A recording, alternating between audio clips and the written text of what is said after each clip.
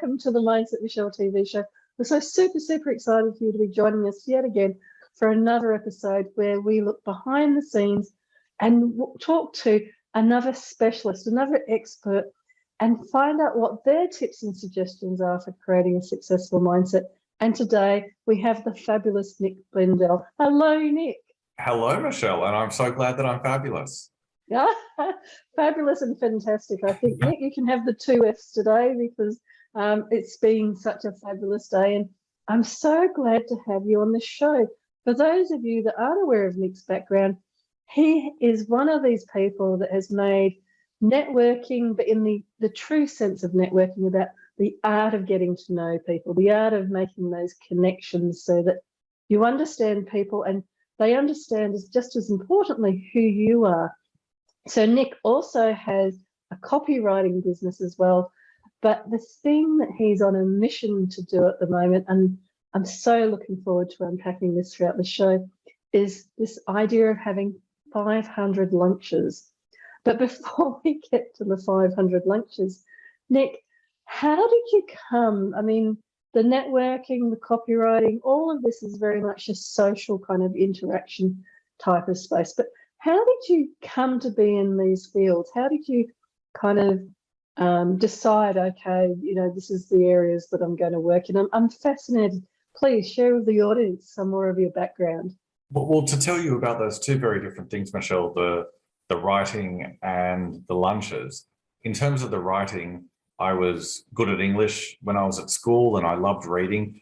Funnily enough, I knew I wanted to go to university. I didn't know what I wanted to study, and my mum suggested journalism. I thought, okay, well, that makes sense. And it turned out to be a very good choice because that suited my personality and my skill set and my strengths. And so I ended up becoming a professional journalist and years later started my own copywriting agency. And not long after starting the business, Michele, I had this feeling, because I'm very much an introvert. I call myself an anti-social introvert. My idea of a good time is staying at home on my own with a book. But I had this feeling that if I was going to succeed with this new business of mine, I had to start putting myself out there and improving my social skills and building a great network. And so as part of that, I set out on this project to have lunch with 500 strangers in 5 years. Wow, 500 strangers in 5 years. That is a interesting challenge to set for yourself, and also the definition of stranger is somebody that you just haven't met yet. So I love that, the 500 strangers in 5 years, but also, you know, starting your career as a journalist and being very good with the written word as well as the spoken word. I can really hear how it's that communication and connection that I was starting off with. And with that great insight, because I think the best writers and the best communicators are the ones that have the great insights into the human condition as such. With kind of an expertise in an area that not necessarily everybody has, what do you then say that success is for you personally? Oh, that's a good question. I think it's important that we all need to define success on our own terms. And I think that having a successful life means being happy. So then the question is, what is going to make us happy? And I think for me personally, it would be personal growth, feeling like I'm improving and getting better, and having people around me who are good, positive, loving people. I think if I'm ticking those 2 boxes, I'll feel as though my life is successful. Fabulous. I really love that. Again, you so naturally come back to that human connection, you know, the people around you and the connections and the qualities of the connections with the people around you. And I think a lot of people kind of came to that similar kind of conclusion through COVID and through other things that have happened in recent years, where for one reason or another, they may not have necessarily been able to visit people. I was talking to somebody this week who ended up in a different country to their husband and has only recently kind of been reunited. And it's fascinating, that whole, you really, it's such a human condition of not appreciating things until you don't necessarily have it. And then when you do have it again, keeping up that remembrance and that awareness of how important it is to you is so important, isn't it? Oh, absolutely. It's funny, COVID or lockdown made people think differently about things, and made people reassess their life and their relationships, maybe also made people reassess their definition of success, and made people ask themselves whether their lives were structured how they should have been. Exactly. And I love how you, even before COVID, had this realization that as you were starting the copywriting work, that perhaps as a, I like how you put it, antisocial introvert, that with that natural inclination that, finding fun and interesting ways to perhaps connect with more people and go out and be around more people for those connections, that the 500 lunches in 5 years has really, struck a chord and been a wonderful way to then turn that stranger into somebody that you know. With thinking about, and it's great that you explained that you were more on the introvert side, and so you had to go through that journey. What do you think, and what suggestions do you have around changing your mindset or strengthening your mindset so that success becomes then, those new connections, those new conversations, or the improved quality of the connections and conversations with the people that are important to you? What kind of things did you practice as habits or reframing your mind to help you to do that? Oh, I love this question, Michelle, because over the past few years, I've been on a personal development journey. And one of the things I've learned is that our mindset controls our actions, which in turn control our results. So our mindset is fundamental to the outcomes we get in life. And I've also learned that we have far more control over our mind than many of us realize. We can consciously kind of push buttons in our mind to change the way we think. And part of this realization has come from the amazing people I've had lunch with. I've met some incredible people, and I've been so impressed with their mindset, and that's really rubbed off on me. And I've also realized that we are not what we say we're going to do, but what we actually do. And the things that we actually do are the result of our habits. And our habits and our mindset really do go hand in hand. So I've just become a lot more conscious over the past few years about about habits and mindset, and how they're linked, and how those two things have such a fundamental impact on our life and our outcomes. I really love that way that you've so beautifully shared about how you came to the understanding about the mindset and the habits and how you can control them. And it is interesting that people don't necessarily recognize that a thought is just a thought. It's not necessarily reality or true. And with life being as complex as it is nowadays, there are lots of thoughts, but you don't necessarily have to catch on to them and say, well, this is true or this is not true. It's just a thought and needs to be checked out. And I love how you describe controlling those thoughts and controlling your actions can change the outcomes. And how do you feel, what are some examples, do you think, of where you've done that and you've done that successfully in the last few years? Well, one good example is back in 2020, when I went full-time in my business. I previously was doing it as a side hustle. And I thought one way to grow my business, but also to grow myself personally, would be to start making cold calls. And I should point out that the thought of making all these calls terrified me, but I thought it would be good to grow my business. It would be a good way to grow my business and to grow myself personally. I remember the first week I made lots of calls, but then it was such a traumatic experience that I didn't pick up the phone for another 4 months. But eventually I started realizing that I wasn't going to overcome this this dread about calling by not calling. And so I made a very conscious decision to kind of flick a switch in my mind and to force myself to pick up the phone and to reframe how I looked at it. And I almost turned the pain into a positive, because I thought, every call is a victory. It's not making sales that's a victory, it's making the calls that's the victory. And every call is going to make me a better communicator, and it's going to teach me a really important skill, which is being able to talk to a stranger and persuade a stranger, and it's going to make me more resilient. So I consciously changed my mindset around the calls, and I tried to turn that negative into a positive. And I love the example you've used, because people do tend to, not everybody, but many people do tend to have a little bit of a problem with cold calling, or even just explaining in a very clear sort of way, this is what I do with my business and this is how it can help people, etc. Or this is the services that we provide, and then we help people with these types of problems. But I really love, and I picked up on that it was the journey that became the success points. So instead of getting the outcome from the phone call wasn't, it would be great to get the sale, but the success outcome was actually around doing the phone call and developing those skills and getting better and better each time.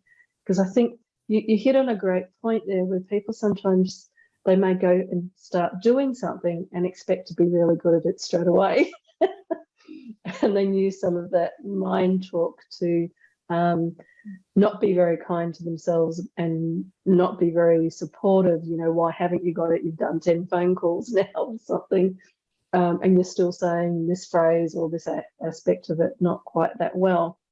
So I think that you so beautifully shared there around how it's actually about the journey as well, and having those success markers as part of the journey, as opposed to the final outcomes of getting the sale or getting the first meeting with these people, so that you redefine it more about what you can control and what are your more internal kind of success measures. Exactly, Michelle, because we can control the process, but we can't control the outcome. And so if we're going to connect our definition of success, or connect our identity to the outcome, we're really connecting that to something that we can't control. So I think it's better to focus on what we can control, and that's the process. And in this particular instance, it's making the calls. So that is still my definition of success. I have this thing where I have to make at least 1 call a day and at least 20 calls a week. And if I do those 2 things, I'm successful, no matter what the people on the other end of the line say. And by doing this, I've made a few thousand calls, and I've become a much better communicator, and I've become more resilient. And along the way, I've been able to pick up clients, but that's been a bonus. And I love because what you're displaying and talking about is also that repeatable process. Then that you using the mindset tools, you redefine what the outcome is. And so you define the outcome as being things where you can actually be more successful, because you can see that incremental growth. And like you've explained, you have now measures like 1 a day, 20 a week. And those measures are kind of the ways of keeping you doing that pattern of taking the phone call and doing that habit. And then the repeatable nature of it means that you just get better and better. It's just human nature to get better and better, because you learn. And then, as you've said, with the 500 lunches and the different things, as you're talking to people, you adjust and you realize how people want to hear things. And that can be something that when it comes to sales or even promoting yourself, it's sometimes not necessarily what you're saying, but the way that you're saying it. And that practice that you're so beautifully describing there, of practicing how you say it so it feels comfortable within you, but also, just as importantly, people are hearing it in a way that seems congruent and also matches what their problems are. So you learn the language of saying it so that it's still true to your values, but also matching the way that they describe problems. Yeah, I would say amen to that, Michelle. It's kind of the nirvana, isn't it? But it does take a lot of practice. It does, and this goes back to what we were discussing a few minutes ago about habits. If we can get positive habits around areas where we want to improve, you don't have to, and it's unrealistic to expect that you're going to make massive improvements overnight. But if you make an incremental improvement every day, then that can add up to a massive improvement over time.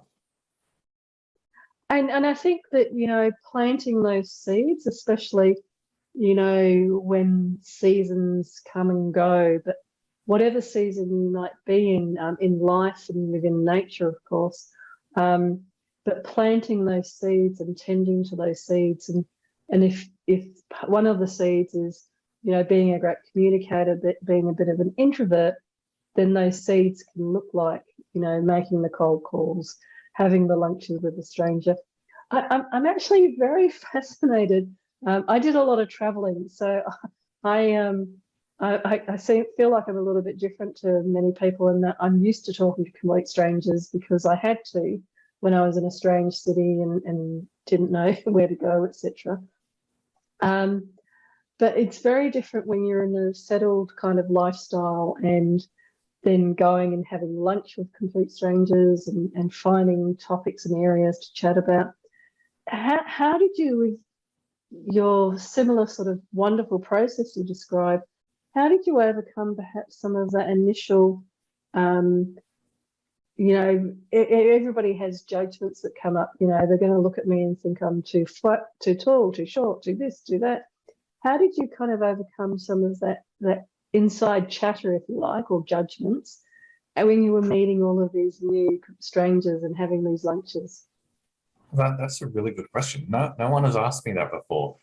I would say, and I don't know if I did this consciously or not, but I had a positive story that I was telling myself, which was, this is going to be really enjoyable for both of us.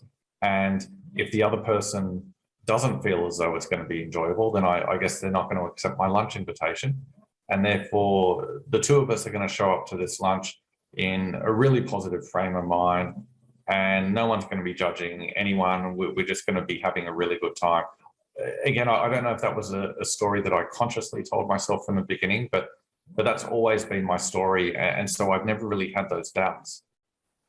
Isn't that fabulous? Because I think that what you've just described there is, again, a very important second tool. So with the phone calls, it was some of that talk about,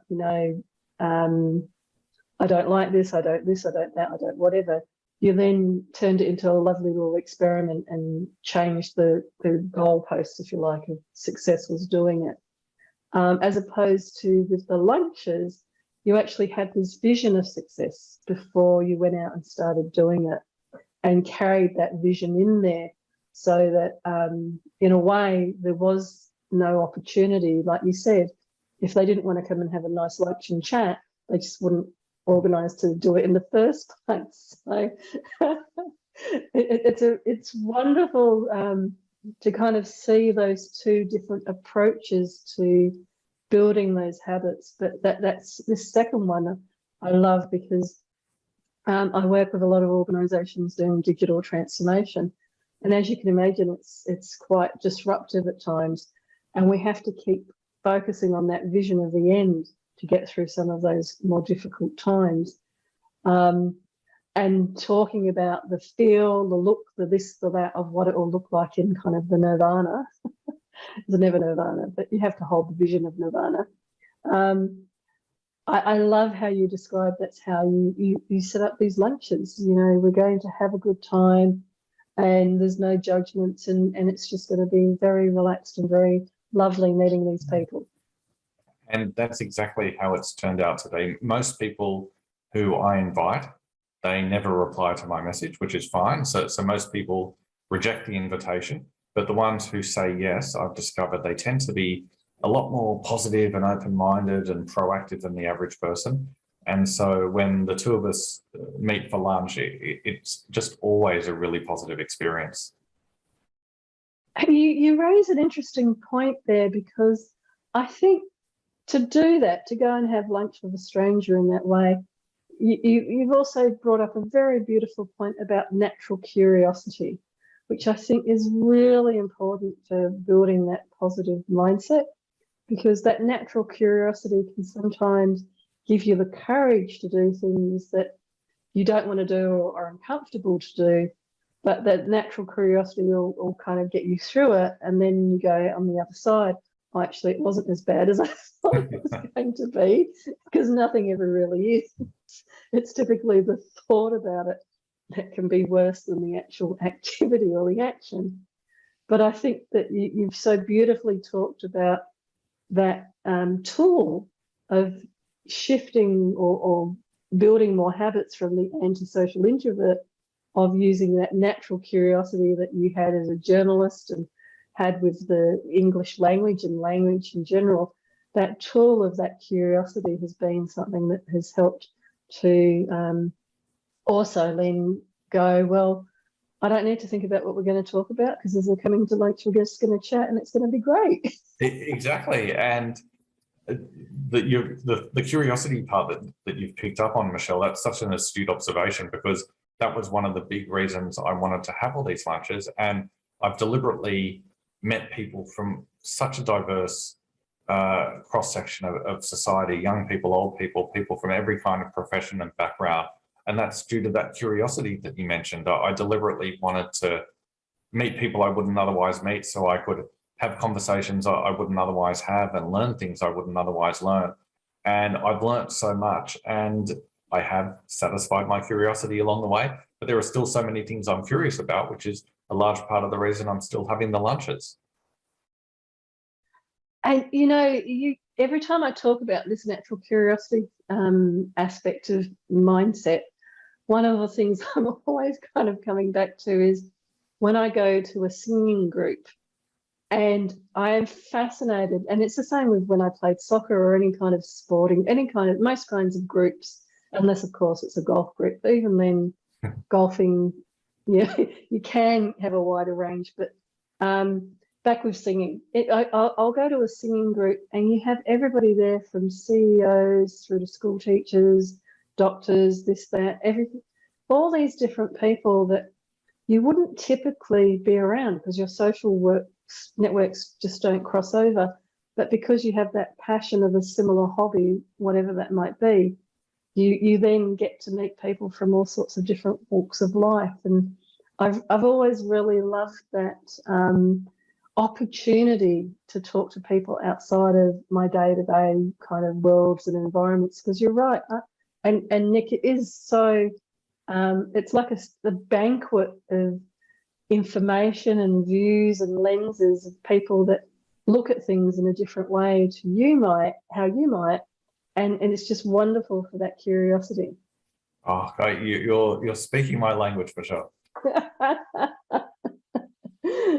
So with these wonderful, the cold calling, the lunches, telling yourself the positive stories, what other sorts of because I do keep thinking about the introverts that might be watching and having some of that quite natural and quite understandable fear around, well, I'm not courageous, other people can do it, but I can't, or I'm this or I'm that. And what we would talk about as being, the stories and the thoughts that aren't true that they're telling themselves.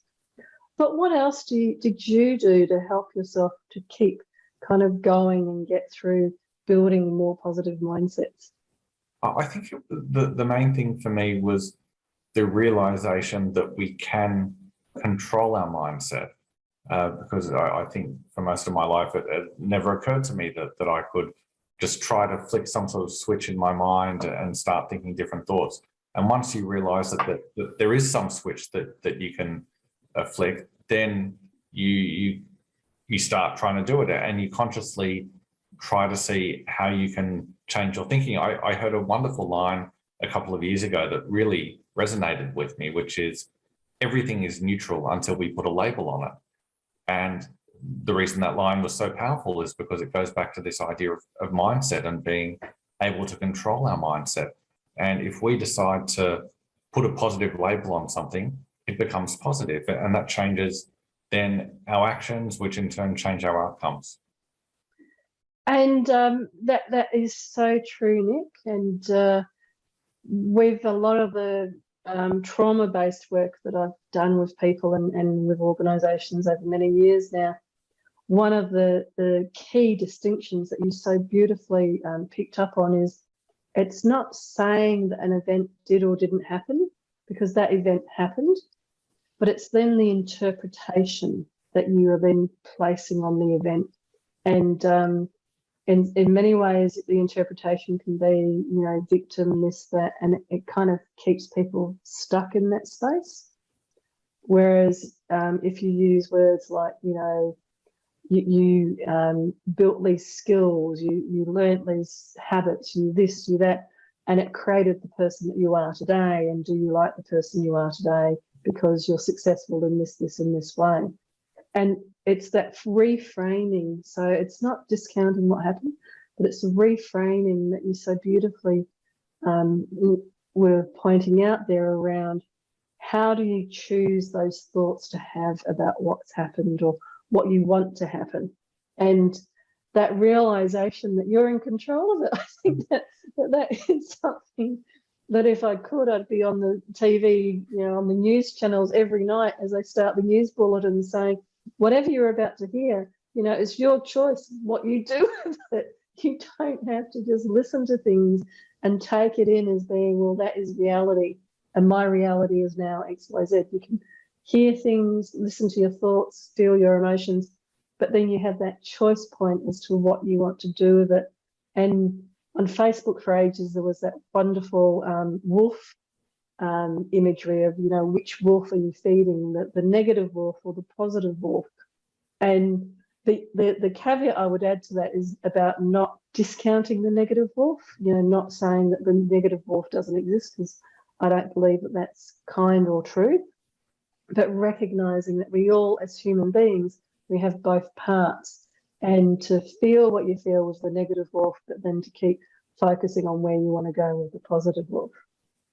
Yeah, it's not helpful if someone just says everything's wonderful all the time. I guess that's a form of toxic positivity, because things aren't perfect all the time. So I think having that positive mindset is not about being delusional and saying everything's wonderful all the time. It's about consciously trying to look for the positives and trying to just flick that switch in your mind that allows you to see things in a different way.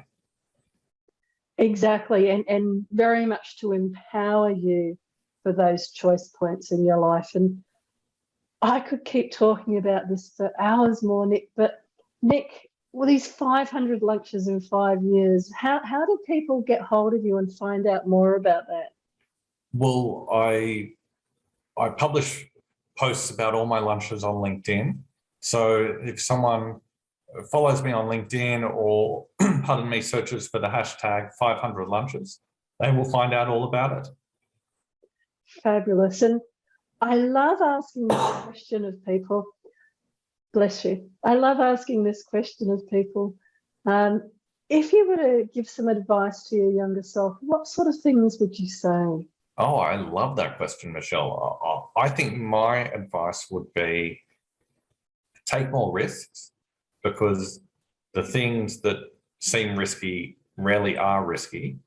And once we start doing these risky things, not only do we discover that they really weren't as risky as we thought, but it's amazing the power of taking action, because when you take action, you learn new skills, you build new relationships, you get the confidence to take more risks or alleged risks, which then allows you to build more skills and build more relationships and keep moving forward. So my advice to my younger self would be take more risks. You'll definitely get better outcomes in life. Wow, what a beautiful, beautiful way to end the show today. Take more risks, giving that your younger self that wonderful advice. And remember, now that you're online, and you'll see this in years to come, and you'll be talking to your younger self. So you'll have this wonderful reminder about taking more risks and having, I'm so glad that we've connected and had this Curious Minds conversation. And thank you so much for coming on the show and sharing all these fabulous insights today, Nick. Well, thank you so much for having me, Michele. I've loved chatting with you, and I'm going to love our upcoming lunch even more. Me too. I can't wait to, as they say, meet you in real life and to have a fabulous chat over lunch and share some more of these fabulous stories about tools and techniques for creating this positive focus in life. But for now, thank you to everybody for watching again and for all of your fabulous reflections and comments on the shows. But now, from my heart to your heart, be great, be fabulous, and be you.